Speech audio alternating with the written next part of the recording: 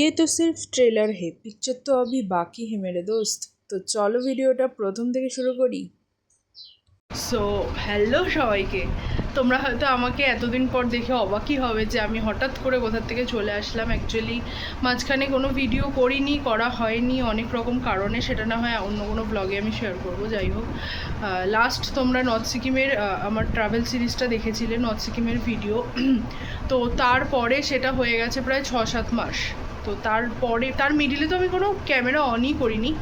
যাই হোক, আজকে এতদিন পর ক্যামেরাটা অন করলাম, কারণ আবারও আমি নিয়ে চলে এসেছি তোমাদের জন্য ট্রাভেল সিরিজ।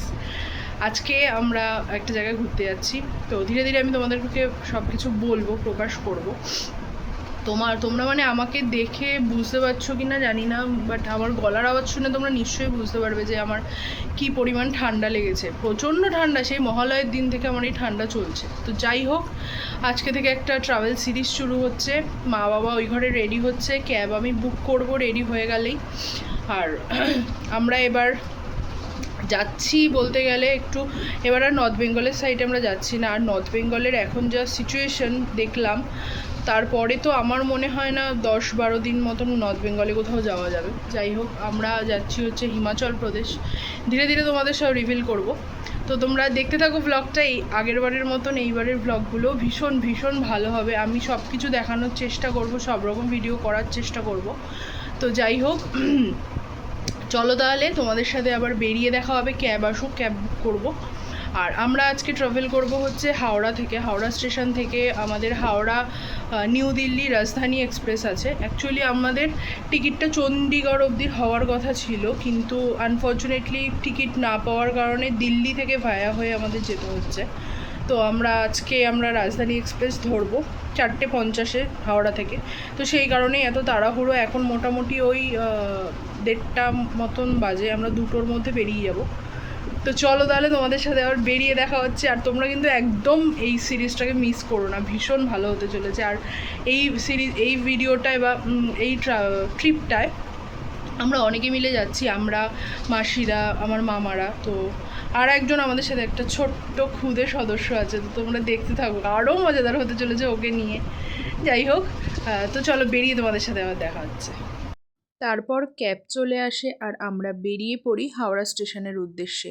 পিছনে মা বাবা বসেছিল আর আমি ভিডিওর জন্য বসেছিলাম সামনে। মনে এক আলাদাই আনন্দ ছিল সেদিন। তো যাই হোক, দেখো আমাদের বিদায় জানাই এই বৃষ্টি, আর সাথে হলো হাওড়া ব্রিজ। অপূর্ব মায়াবী সুন্দর চারিপাশটা। তো দেখতে দেখতে আমরা চলে আসি হাওড়া স্টেশন। হাওড়া স্টেশন পৌঁছে গেছি, এই জাস্ট এসে পৌঁছালাম হাওড়া স্টেশন। আমাদের ট্রেন যেহেতু 4:50, অনেকক্ষণ টাইম দেখি ওয়েটিং রুমে গিয়ে বসবো। তো তোমাদের সাথে আবার একবারে ট্রেনে উঠে কথা হবে। তারাও তোমাদের হাওড়া স্টেশনের অ্যাম্বিয়েন্সটা দেখাচ্ছি। এই হলো হাওড়া স্টেশনের অ্যাম্বিয়েন্স, এই যে বড় ঘড়িটা। এখন অবধি কোনো ট্রেন আপাতত তো দেয়নি। ট্রেন এই জাস্ট উঠছে।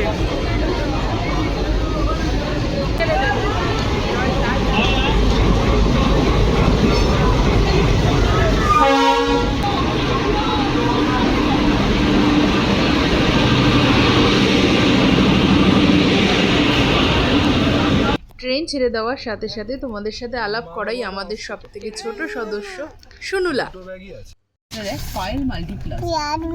পিয়া আসবে, দেখ এই দেখ, আমরা আসানসোলে ঢুকছি, এই যে পিয়া আসবে। আচ্ছা, এই যে এই কণা। এই ভিডিওটা আমাদের ট্রেনের নেক্সট ডেতে। আগের দিন কোনো ভিডিও করিনি, কারণ সুনুলার সাথে খেলতে খেলতে সবার সাথে আনন্দ করতে করতে সময় কখন কেটে গেছিলো নিজেও জানি না। আর এই করতে করতে আমরা চলেও আসি নিউ দিল্লি রেলওয়ে স্টেশনে। আসছি আমরা নিউ দিল্লি স্টেশনে, আর এই যে আমাদের পিছনে ট্রেন। তোমাদের নিউ দিল্লি স্টেশনটা দেখাচ্ছি। এই হলো নিউ দিল্লি স্টেশন।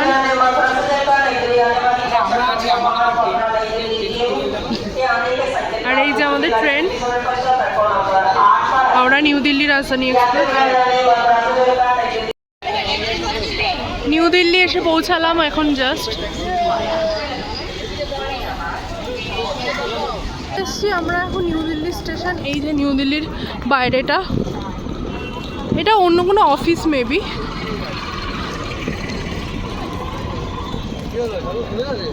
কি হলো, কি খুলেছে? কাপড়টা আটকে গেছে।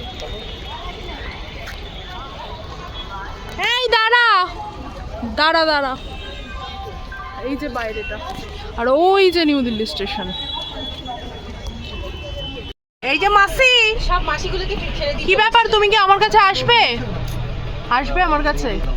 নিউ দিল্লি স্টেশনের বাইরে থেকেই আমাদের এই ট্রাভেলার পিক আপ করতে এসেছিল, আর আমরা সবাই মিলে আনন্দ করতে করতে বেরিয়ে পড়ি সাইট সিনের উদ্দেশ্যে।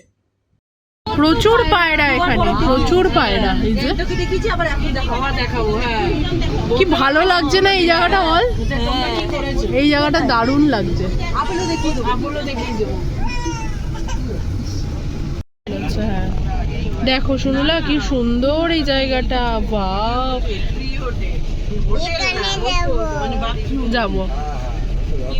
আমরা আছি এখন নিউ দিল্লির রাজঘাট বলে একটা জায়গায়, যেখানে মানে আমাদের গাড়িটা এসে দাঁড়িয়েছিল, একটু ফ্রেশ হলাম আমরা, ড্রেস চেঞ্জ করতে পারিনি। যাই হোক, আজকে রাতে আমাদের আবার এই নিউ দিল্লি থেকে চণ্ডীগড়ে যাওয়ার ট্রেন আছে রাত্রির 10:50-এ। তো সেই জন্য জাস্ট একটু ফ্রেশ হয়ে নিলাম, হয়ে এখানে একটু একটা ক্যাফেটেরিয়া আছে, এই যে এখানে একটা ক্যাফেটেরিয়া আছে, এই ক্যাফেটেরিয়া একটু কিছু খাবো, তারপরে এখানে দিল্লি সাইট সিন করবো। তো কি হচ্ছে না হচ্ছে সারাদিন তোমাদের সাথে সবই শেয়ার করবো, তো তোমরা দেখো ভ্লগটা। এখন আছি হচ্ছে গান্ধীজির একটা কোনো জায়গা, এখানে গান্ধীজির রাজঘাট, ওই তো রাজঘাট সমাধি, গান্ধীজির এখানে মৃতদেহ সমাধি দেওয়া আছে। তো দাঁড়াও তোমাদেরকে দেখাচ্ছি। যে হচ্ছে জায়গাটা, ওখানে গান্ধীজির স্ট্যাচু আছে একটা, আর এই যে সেই ক্যাফেটেরিয়াটা, এখানে এখানে আমরা কিছু খাবো, দেখি কিছু খাবো, তারপরে এখান থেকে বাকি সাইট সিনগুলো আমরা করবো। Hello, hi, hello. তো চলো যাই তাহলে ভিতরের দিকে, আর যা হবে না হবে সবই তোমাদের সাথে শেয়ার করবো। সুন্দর কিন্তু বল এই জায়গাটা। কি হলো, দৌড়াচ্ছ কেন? আস্তে আস্তে, চলো চলো। জায়গাটা বেশ সুন্দর সাজানো গুছানো আছে।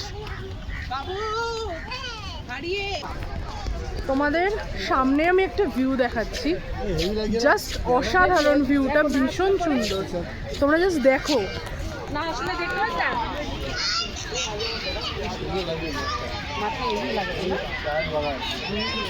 ভীষণ সুন্দর এই জায়গাটা, তো প্রচন্ড সুন্দর। ওয়াও, ভীষণ সুন্দর জায়গাটা, ভীষণ সুন্দর। চলো ওই সামনের দিকটা কি আছে সেটাই দেখার আছে।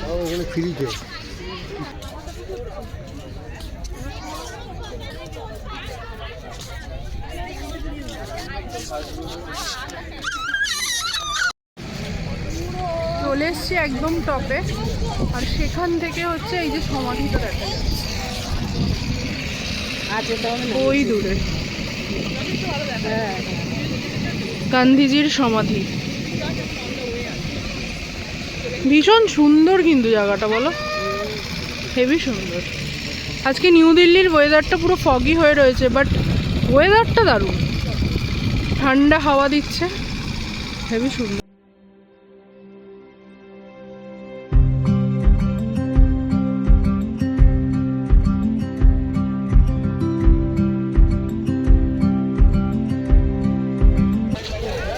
এসছি আমরা হলো রেড ফোর্ট, তারাও তোমাদেরকে রেড ফোর্টটা দেখাচ্ছি।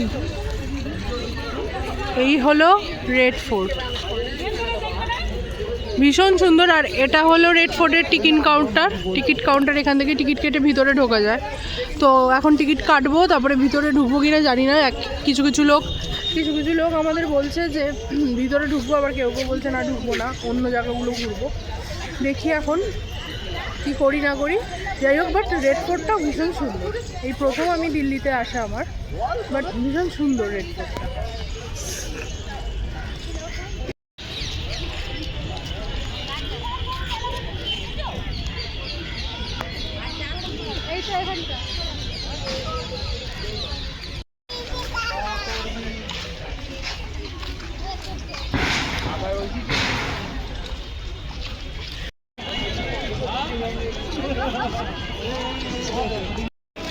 এটা হলো রেড ফোর্টের ফ্রন্ট এরিয়া।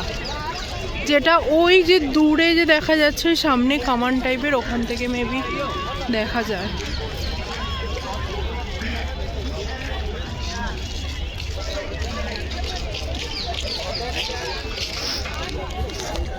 অনেকটা বড় এরিয়া নিয়ে এই রেড ফোর্টটা, আর প্রচুর হাঁটতে হয়। পার্কিং থেকে মোটামুটি এখানে আসতে গেলে 1 কিলোমিটার তো হবেই হবে, অনেকটা হাঁটতে হয়, বাট ওয়ার্থ ইট। জায়গাটা খুবই সুন্দর। এই হলো ফ্রন্টটা।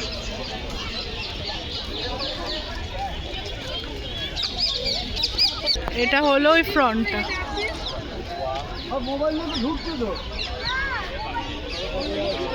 রেড ফোর্ট দেখে আমরা বেরিয়ে পড়ি লাঞ্চের উদ্দেশ্যে। তারপরে আমরা আবার সাইট সিন করবো। বাট হতে পারে দিল্লি খুব কনজেস্টেড, বাট একটা জিনিস দেখলাম, এখানের রাস্তাঘাট খুব পরিষ্কার আর চারিদিকটা প্রচণ্ড সাজানো গোছানো।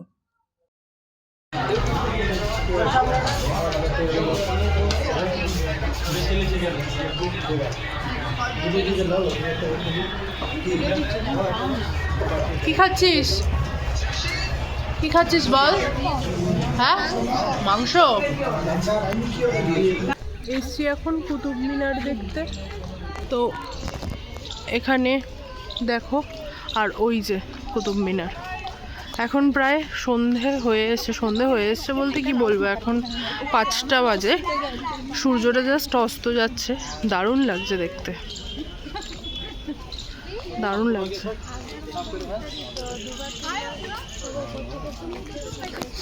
চলো সামনে গিয়ে তোমাদেরকে দেখাচ্ছি।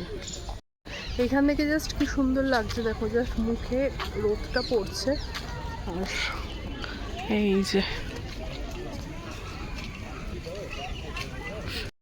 এই হলো সেই কুতুব মিনার।